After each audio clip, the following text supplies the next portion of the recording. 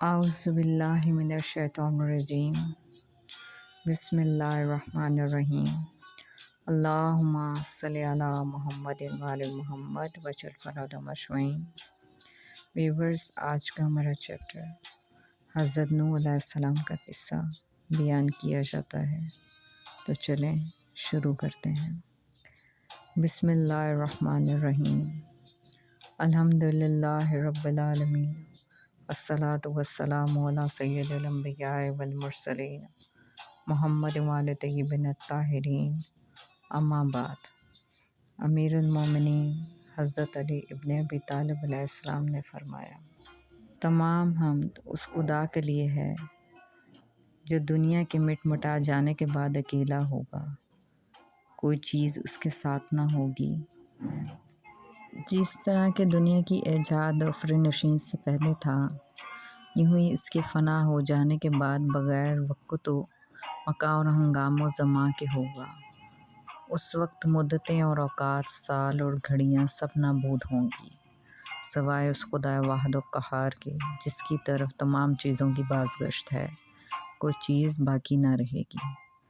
اس کی افرنشین کی ابتدا ان کے اختیار و قدرت سے باہر تھی، اور ان کا فنا ہونا بھی ان کی روک ٹوک کے بغیر ہوگا۔ اگر ان کو انکار پر قدرت ہوتی تو ان کی زندگی بقا سے ہمکنار ہوتی۔ جب اس نے کسی چیز کو بنایا تو اس کے بنانے میں اسے کوئی دشواری پیش نہیں آئی، اور نہ جس چیز کو اس نے خلق و ایجاد کیا اس کی فرنشین نے اسے خستہ و درماندہ کیا۔ حضرت نوح علیہ السلام کو اپنی قوم کے ہاتھوں وعظ و تبلیغ کے معاملے میں جتنی شدید ترین اذیتیں برداشت کرنی پڑیں، حضور پاک صلی اللہ علیہ وآلہ وسلم نے فرمایا، کسی نبی کو اپنی قوم کے ہاتھوں اتنی تکلیف اور اذیت نہیں پہنچی جتنی حضرت نوح علیہ السلام کو اپنی قوم کے ہاتھوں برداشت کرنا پڑی۔ کافر نہ صرف انہیں ڈراتے دھمکاتے اور تبلیغ سے باز رکھنے کے لیے اس قدر تشدد کرتے کہ وہ بے ہوش ہو جاتے۔ جسمانی اذیتوں میں کبھی ان کے گلے میں پھندا ڈال کر بازاروں میں گھسیٹتے پھرتے، کبھی اتنا زد و کوب کرتے کہ ان کی قوم سمجھتی کہ اب یہ مر چکے ہیں، چنانچہ انہیں کسی چیز میں لپیٹ کر کسی مکان یا ویرانے میں ڈال دیتے، لیکن جب انہیں ہوش آتا تو دوبارہ اپنی قوم کو رائے حق پر بلانے میں مصروف ہو جاتے۔ غرض یہ کہ حضرت نوح علیہ السلام کی قوم نے حضرت نوح علیہ السلام پر بے پناہ تشدد کیا اور انہیں لہو لہان بھی کر دیا۔ وہ اپنے خون سے منہ پونچھ جاتے تھے اور یوں دعا کرتے جاتے تھے، پروردگار عالم میری قوم کو بخش دے، وہ نادان ہے۔ رات کی تنہائیوں میں اپنے رب سے قوم کے لیے دعائیں بھی کرتے رہے، لیکن اس طویل ترین جد و جہد میں ان کے اہل خانہ سمیت صرف 80 افراد ایمان لائے۔ آخر کار وہ لمحہ بھی آ گیا جب آپ نے قوم سے مایوس ہو کر اپنے رب کے سامنے اپنی معروضات پیش کر دیں۔ روایت میں ہے کہ ایک شامی یہودی نے ایک بار امیر المومنین حضرت علی ابن ابی طالب علیہ السلام سے دریافت کیا کہ آپ علیہ السلام ذرا حضرت نوح علیہ السلام کی تاریخ کا مطالعہ کریں اور دیکھیں انہوں نے رضا الہی کے لیے کس قدر صبر سے کام لیا تھا، اور کیا آپ علیہ السلام کے نبی صلی اللہ علیہ وآلہ وسلم نے بھی ان جیسا صبر کیا ہے؟ امیر المومنین حضرت علی ابن ابی طالب علیہ السلام نے فرمایا، ہمارے نبی صلی اللہ علیہ وآلہ وسلم ان سے بھی بڑے صابر تھے۔ لوگوں نے آپ صلی اللہ علیہ وآلہ وسلم کو طرح طرح کی ایذائیں دیں، لیکن آپ صلی اللہ علیہ وآلہ وسلم نے ہر مقام پر صبر کیا، بلکہ آپ ہمیشہ یہ فرماتے کہ رب العالمین نے مجھے رحمت بنا کر بھیجا ہے، اور رب العالمین میری امت کو ہدایت دے کیونکہ یہ لوگ نہیں جانتے۔ اور کبھی بھی حضور پاک صلی اللہ علیہ وآلہ وسلم نے ان کے لیے بد دعا کے لیے ہاتھ نہیں بلند کیے، اور نہ ہی کبھی کوئی نفرین کی۔ حضرت امام سجاد علیہ السلام نے ارشاد فرمایا کہ جب حضرت نوح علیہ السلام کشتی بنانے میں مصروف تھے تو ایک مومنہ بوڑھی خاتون روز اللہ کے نبی کے پاس اپنی گٹی لے کر آتیں اور کہتیں اے اللہ کے نبی کب کشتی روانہ ہوگی؟ حضرت نوح علیہ السلام فرماتے ابھی دیر ہے۔ وہ خاتون شام تک بیٹھی ہی رہتی اور پھر اٹھ کر چلی جاتی۔ ایک دن حضرت نوح علیہ السلام نے اس خاتون سے فرمایا جب جانا ہوا تو تمہیں مطلع کر دیا جائے گا۔ یہ خاتون واپس چلی گئیں اور انتظار کرنے لگیں کہ کب حضرت نوح علیہ السلام بلائیں گے۔ اسی دوران عذاب آ گیا اور کشتی روانہ ہو گئی۔ لیکن حضرت نوح علیہ السلام نے اس مومنہ بوڑھی خاتون کو نہ بلایا، یعنی ظاہری طور پر حضرت نوح علیہ السلام کو اس کو بلانا بھلا دیا گیا۔ جب طوفان تھما تو ایک دن حضرت نوح علیہ السلام کے دل میں محبت اٹھی کہ شہر کو دیکھوں جہاں سے چلا تھا۔ وہاں آئے اور قریب جا کر دیکھا تو ایک جھونپڑی میں دیا جل رہا تھا۔ حضرت نوح علیہ السلام یہ دیکھ کر چونک گئے کہ روئے زمین پر کوئی ایسا گھر بھی ہے کہ اتنے عظیم طوفان کے بعد بھی جس میں چراغ جل رہا ہے۔ انہوں نے وہاں تکبیر بلند کی تو وہاں سے ایک مومنہ وہی بوڑھی خاتون سامان لے کر آ گئی اور کہنے لگی یا نبی اللہ کیا کشتی تیار ہے؟ حضرت نوح علیہ السلام نے حیرت سے اس کو دیکھا اور کہا رکو مومنہ، کیا تمہیں کچھ بھی پتہ نہیں چلا؟ وہ کہنے لگی یا نبی اللہ کیا نہیں پتہ چلا؟ کہا اتنا بڑا سیلاب آیا، بارش آئی، تمہیں کچھ بھی پتہ نہیں چلا؟ مومنہ خاتون کہنے لگی یا نبی اللہ بس ایک دن بادل گرجے تھے اور کچھ ہلکی سی پھوار پڑی تھی۔ حضرت نوح علیہ السلام حیران ہو کر آسمان کی طرف دیکھنے لگے اور رب العزت سے دریافت کیا یا رب العالمین یہ کیا ماجرا ہے؟ رب العالمین نے حضرت نوح علیہ السلام پر وحی بھیجی کہ اے میرے پیارے نبی، اس مومنہ بوڑھی خاتون کے دل میں چونکہ آپ کی محبت تھی اور آپ نے اسے پابند کر دیا تھا، اور چونکہ آپ کا اس سے وعدہ بھی تھا کہ نجات کی کشتی میں اسے لے کے جائیں گے، تب جب کہ آپ نے اپنا وعدہ پورا نہیں کیا، لیکن اے نوح میں تو آپ کے وعدے کا ذمہ دار تھا، اس لیے میں نے اس خاتون تک عذاب پہنچنے ہی نہیں دیا۔ حضرت امام سجاد علیہ السلام نے پاس بیٹھے اپنے مومنین سے فرمایا او مومنو، یہ حدیث قیامت تک کے مومنین تک پہنچانا تم پر واجب ہے، اور انہیں بتا دو کہ جس نے ہم سے محبت کی قیامت کا عذاب ضرور آئے گا، لیکن جیسے اس بوڑھی خاتون کو پتہ نہیں چلا، ہمارے مومنوں کو بھی پتہ نہیں چلے گا کہ کب قیامت آئی اور کب چلی گئی۔ کشتی جب تیار ہو چکی پھر ایک دن رب العالمین نے حکم دیا کہ اب تم اس کشتی میں ہر قسم کے جانوروں میں سے جوڑے، یعنی ایک نر اور ایک مادہ سوار کر لو، اور اپنے اہل و عیال کے لوگوں کو بھی، سوائے ان کے جن پر پہلے سے بات ہو چکی ہے، اور سب اہل ایمان کو بھی جن کی تعداد بہت ہی قلیل تھی۔ چنانچہ کشتی کی تکمیل کے بعد رب العالمین کے حکم کے مطابق آپ علیہ السلام نے سریانی زبان میں یہ آواز دی کہ کوئی جانور اور درندہ ایسا نہ ہو جو یہاں نہ آئے۔ آپ علیہ السلام نے آواز دی تو تمام جانور آپ علیہ السلام کے پاس جمع ہو گئے۔ آپ علیہ السلام نے تمام جانوروں میں سے ایک ایک جوڑے کو کشتی میں بٹھایا، اور آپ علیہ السلام پر لانے والوں کی تعداد صرف 80 افراد پر مشتمل تھی۔ آپ نے انہیں بھی کشتی پر سوار کیا۔ جیسا کہ فرمان الہی ہے، ہم نے کہا کہ ہر قسم کے جانوروں کا ایک ایک جوڑا کشتی میں سوار کر لو اور اپنے خاندان کو بھی کشتی پر سوار کر لو، البتہ انہیں سوار نہ کرنا جن کے متعلق ہلاکت کا فیصلہ ہو چکا ہے، اور جو ایمان لائے ہیں انہیں کشتی پر سوار کرو، اور ان پر ایمان لانے والے بہت ہی کم لوگ تھے۔ حضرت نوح علیہ السلام نے تمام قسم کے پالتو اور غیر پالتو پرندوں کا بھی جوڑا جوڑا اپنی کشتی پر سوار کرایا تھا۔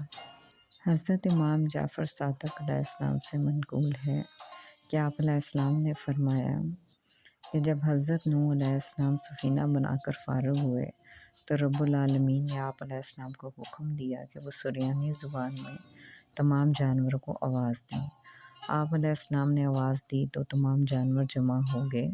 آپ علیہ السلام نے ہر جنس کا ایک ایک جوڑا سوار کیا۔ کسی نے حضرت امام جعفر صادق علیہ السلام سے عرض کیا کہ وہ تنور کہاں تھا جس سے پانی برآمد ہوا تھا؟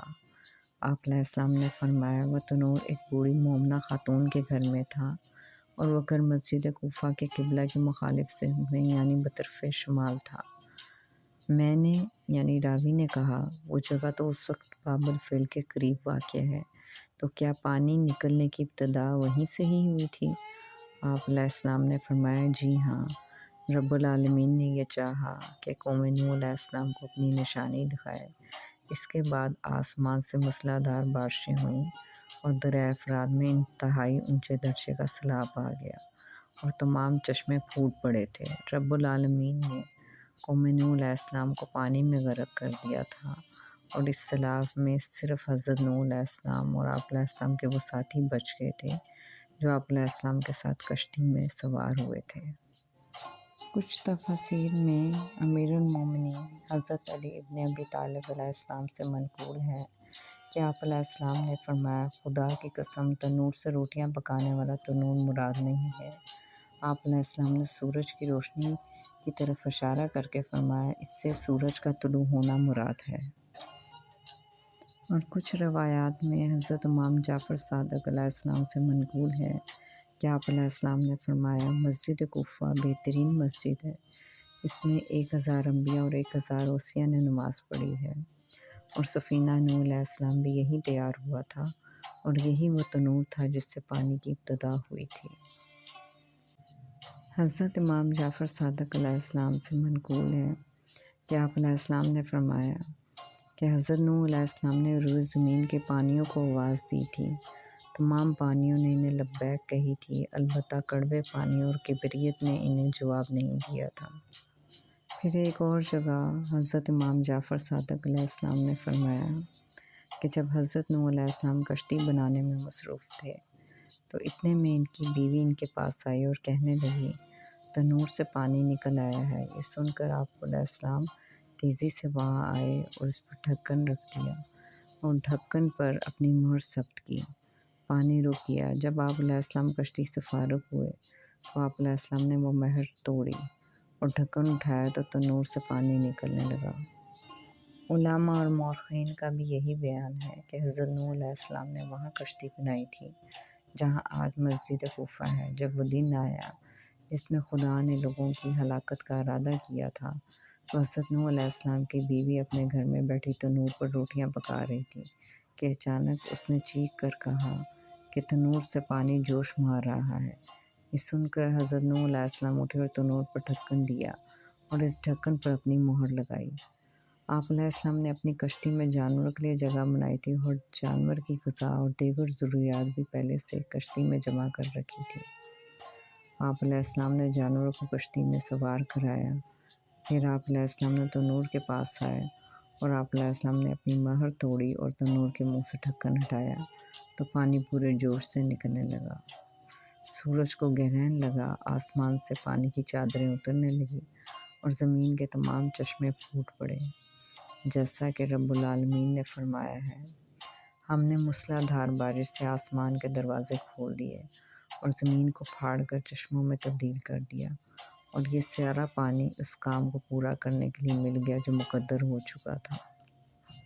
اصول کافی میں حضرت امام موسیٰ کاظم علیہ السلام سے منقول ہے کہ آپ علیہ السلام نے اپنے ایک شاگرد سے فرمایا رب العالمین نے قلت کی تعریف کی ہے جیسا کہ شاد الہی ہے۔ نوح علیہ السلام پر بہت تھوڑے ہی افراد ایمان لائے تھے۔ علماء اور مورخین نے طوفان کے واقعات میں کچھ بات اس طرح بیان کی ہے کہ حضرت نوح علیہ السلام کی بیوی کوفہ میں اس آہنی تنور میں روٹیاں تیار کر رہی تھیں جو حضرت آدم علیہ السلام کی بیوی حوا کی ملکیت میں کبھی تھا۔ چند عورتیں بھی وہاں موجود تھیں جو کشتی اور طوفان کا تذکرہ کر کے حضرت نوح علیہ السلام کا مذاق اڑا رہی تھیں کہ اچانک تنور کے اندر ایک زوردار دھماکہ ہوا اور زمین کے سینے سے پانی کا ایک دھارا ابل پڑا۔ جو عورتیں مذاق اڑا رہی تھیں وہ یہ کہتی ہوئی بھاگیں کہ حضرت نوح علیہ السلام نے جس عذاب کی خبر دی تھی وہ نازل ہو گیا۔ حضرت نوح علیہ السلام کی بیوی نے روٹیاں چھوڑ کر حضرت نوح علیہ السلام کی طرف رجوع کیا اور ان سے سارا احوال بیان کیا۔ وہ بھی دوڑتے ہوئے تنور کے پاس آئے اور اس خیال سے کہ اپنے اہل و عیال کو محفوظ کر لیں۔ انہوں نے تنور کا دہانہ ایک بڑے پتھر سے ڈھک دیا اور حکم الہی کا انتظار کرنے لگے۔ فوراً حکم الہی ہوا کہ اے نوح، جس قدر ممکن ہو سکے اپنے اہل و عیال اور باایمان لوگوں کو لے کر کشتی میں سوار ہو جاؤ اور اپنے ہمراہ جملہ مخلوقات کا ایک ایک جوڑا بھی لے لو۔ حضرت نوح علیہ السلام نے کہا، پالنے والے اس اجلت میں دنیا بھر کے جانوروں اور پرندوں کو کیسے جمع کروں؟ ارشاد ہوا کہ میرے حکم سے وہ خود تمہارے پاس پہنچ رہی ہیں۔